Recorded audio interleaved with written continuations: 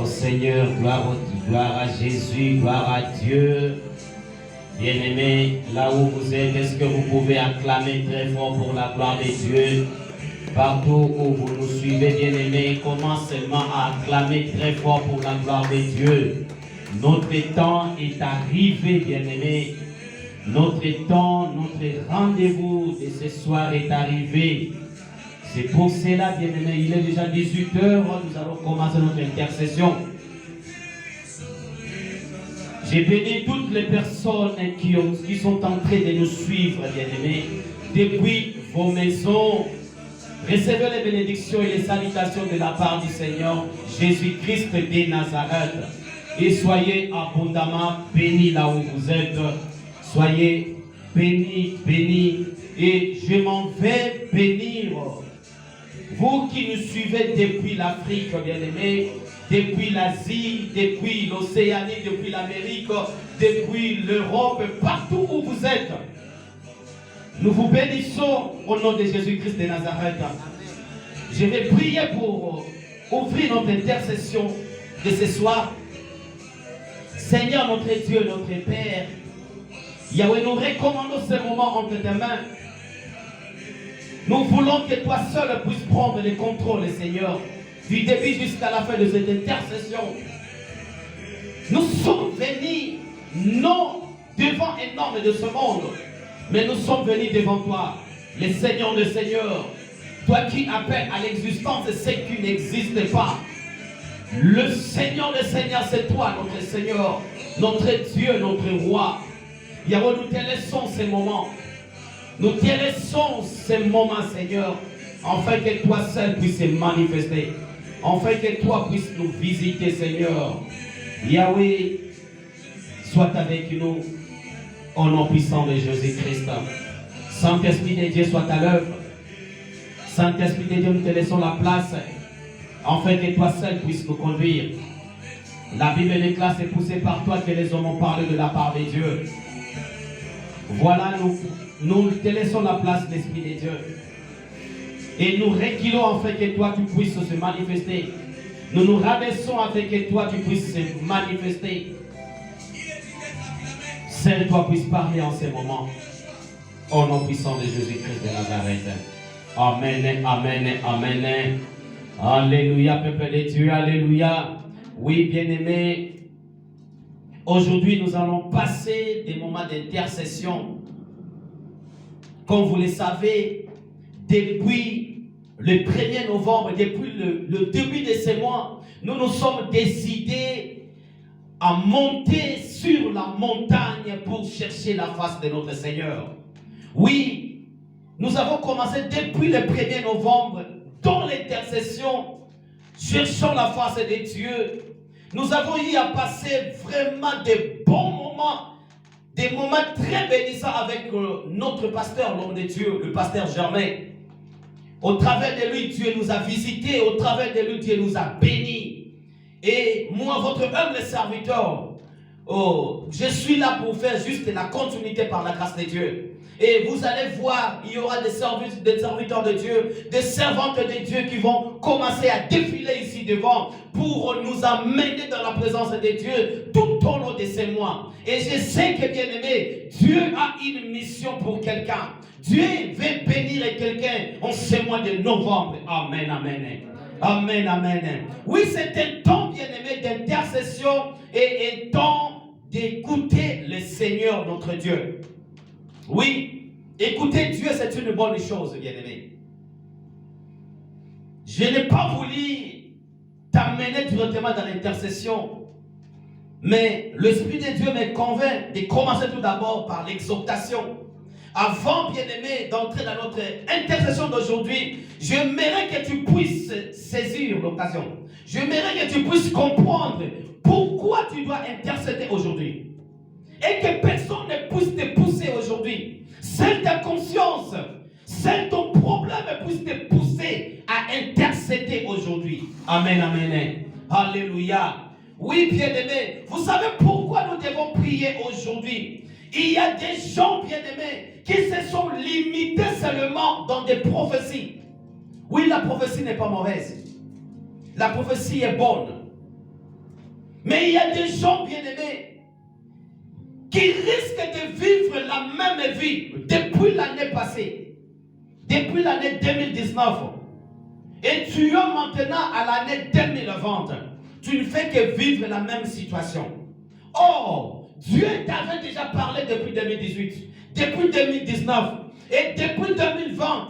Dieu t'a parlé. Dieu t'a dit quelque chose, qu'il devait t'élever, qu'il devait te bénir, qu'il devait te visiter. Mais qu'est-ce qui se passe? Jusque-là, tu n'as pas encore vu ce que Dieu t'a dit. Je voulais dire à quelqu'un, chaque fois que tu reçois une prophétie ou bien un message de la part de Dieu, tu es comme si sur une montagne et la prophétie est sur une autre montagne. Amen, amen. Et d'ailleurs, quand on te dit cette année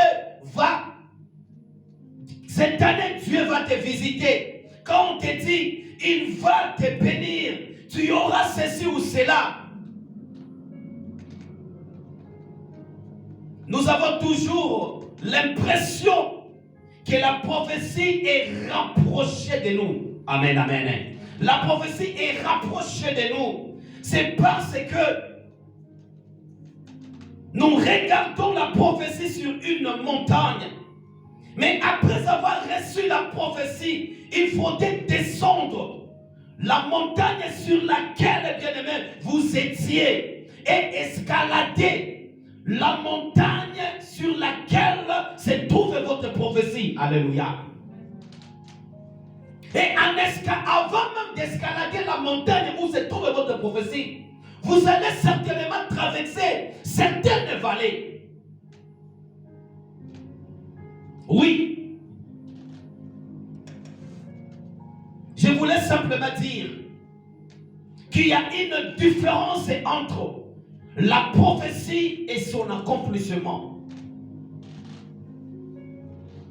Quelles sont les choses qui peuvent amener une prophétie à se réaliser? Bien-aimé,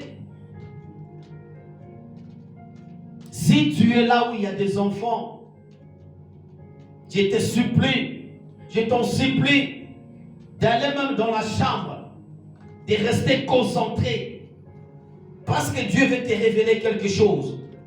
Et au travers de l'intercession d'aujourd'hui, Dieu va te visiter. Je disais, quelles sont les choses qui peuvent amener une prophétie à se réaliser?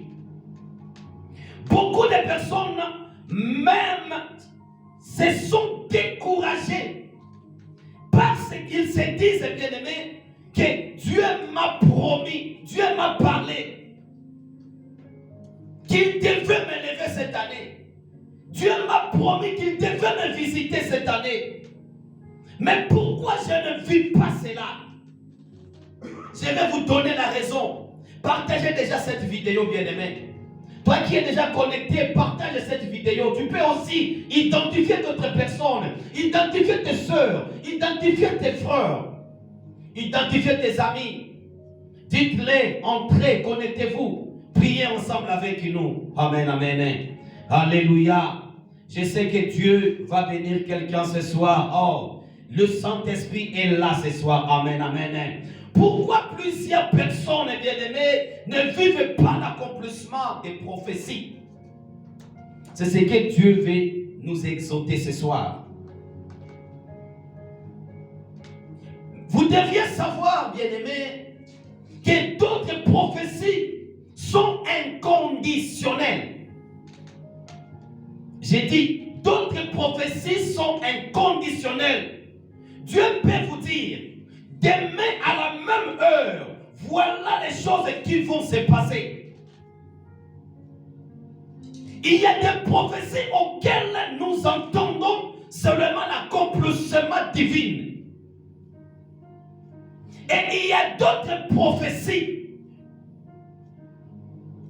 pour lesquelles Dieu voudrait que nous puissions faire notre part et lui fasse la sienne.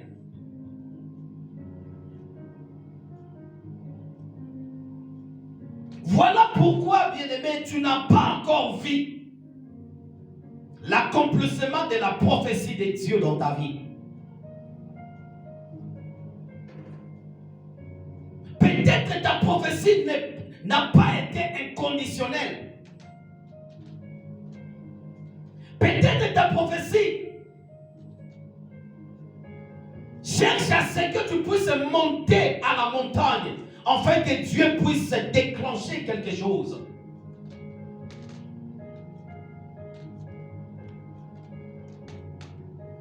Sans plus tarder, nous allons ouvrir nos Bibles dans 1 Roi chapitre 18.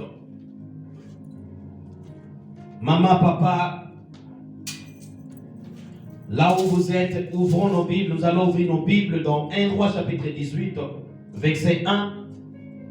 Et nous allons sauter, nous allons prendre le verset 42 jusqu'à 46. 1 Roi chapitre 1, je lis au nom de Jésus. Bien des jours s'écoulèrent et la parole de l'Éternel fut adressée à Élie dans la 3e année. Va, présente-toi devant Akab, et je ferai tomber de la pluie sur la face du sol. Akab montant pour manger et pour boire. Mais Élie monta au sommet du Carmel et se penchant contre terre et mit son visage entre ses genoux. Suivez-moi très bien. Là, je suis déjà au verset 42. J'avais dit, nous prenons le verset 1, nous sautons, nous prenons 42 jusqu'à 46. Je lis le verset 43. Et dit à son serviteur, monte, regarde du côté de la mer. Le serviteur montant, il regarda et dit, il n'y a rien.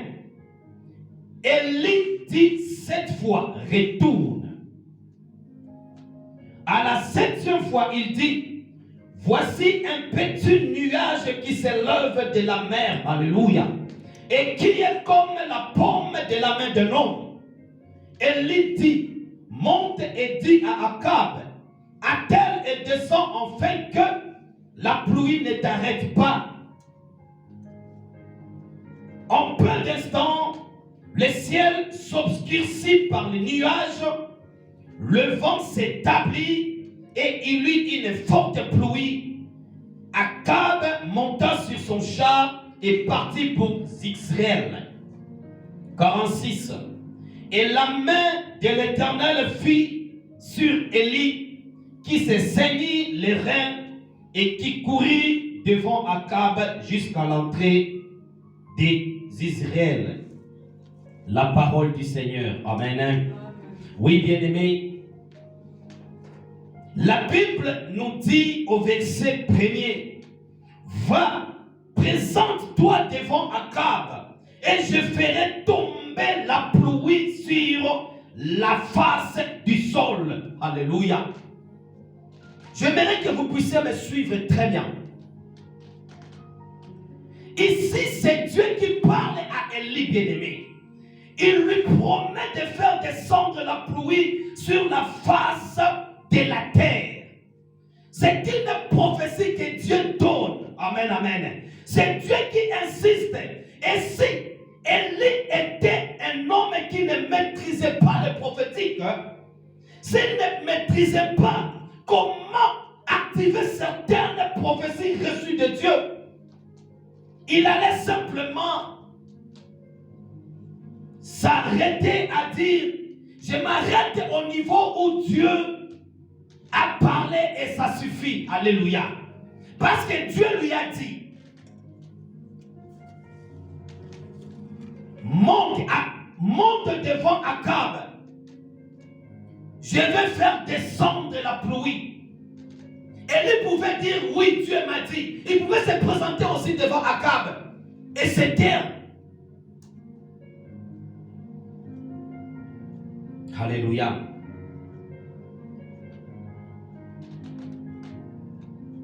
Dieu dit que la pluie va tomber.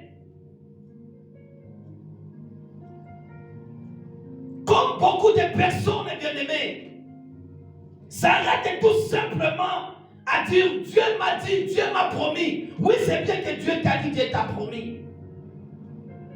Est-ce que comme Dieu t'a dit, est-ce que comme Dieu t'a promis, tu vas croiser les bras et attendre que la prophétie s'accomplisse dans ta vie?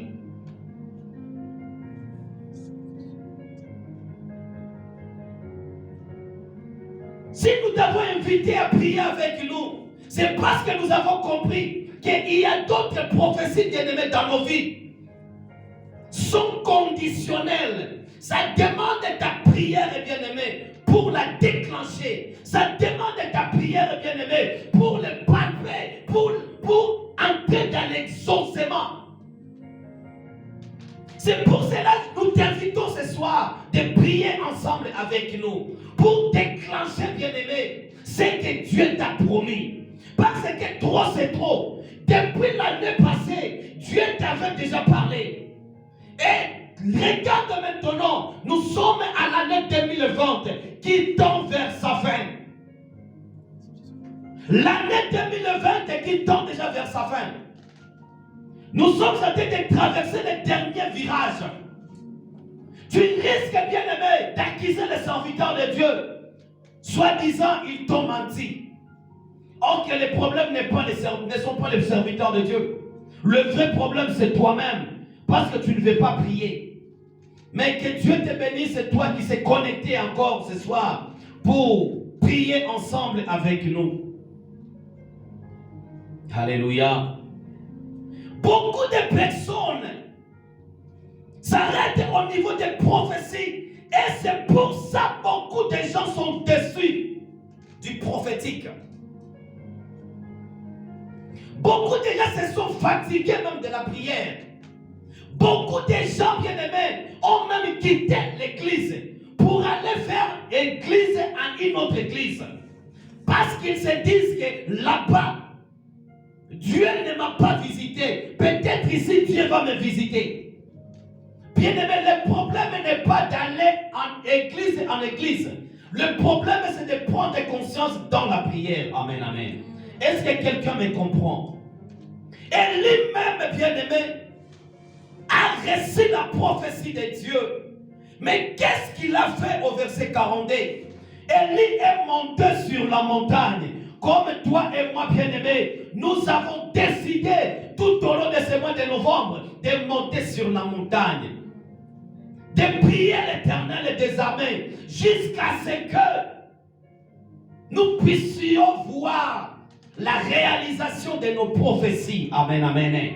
Bien-aimés, aujourd'hui, je dis, nous allons prier. Nous allons déclencher. Nous allons prier jusqu'à ce que la pluie tombe du ciel, que ça puisse arroser la terre.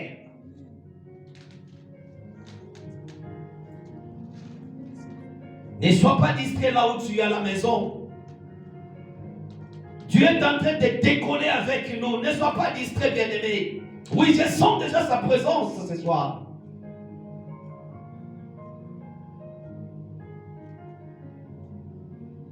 Je suis là pour vous dire. Dieu peut vous donner des orientations. Dieu peut vous parler, bien-aimé, de manière claire, par plusieurs prophètes, par plusieurs serviteurs de Dieu. Mais entre la prophétie et son accomplissement, tu dois monter sur la montagne. Amen, amen.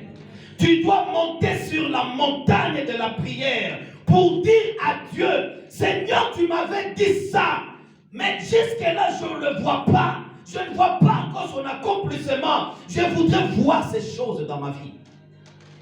Jusqu'à quand, bien-aimé, tu continueras à pleurer. Tu continueras à murmurer. Tu continueras avec ta situation. Jusqu'à quand? Oh, il nous a même déjà donné le pouvoir dans Luc 10, 19. Il dit, voici, je vous ai donné le pouvoir de marcher sur les serpents et sur les scorpions, sur toute puissance démoniaque, et rien ne pourra vous nuire. Est-ce que tu attends que Dieu puisse descendre, de venir combattre à ta place? où tu dois te mettre debout pour combattre, bien-aimé. Il t'a déjà donné le pouvoir. Il t'a donné le pouvoir. Est-ce que tu es prêt à prier ce soir avec nous, bien-aimé?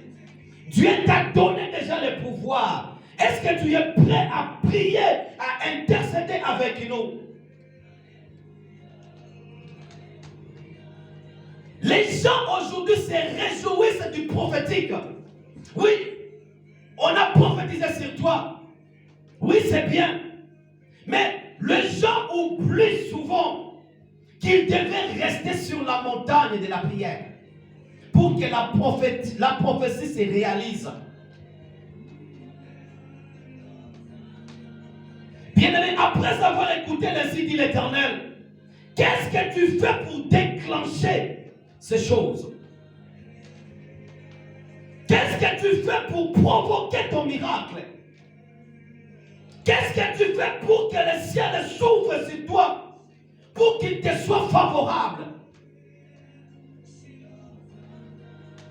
Bien-aimé, toi qui me suis à la maison, qu'est-ce que tu fais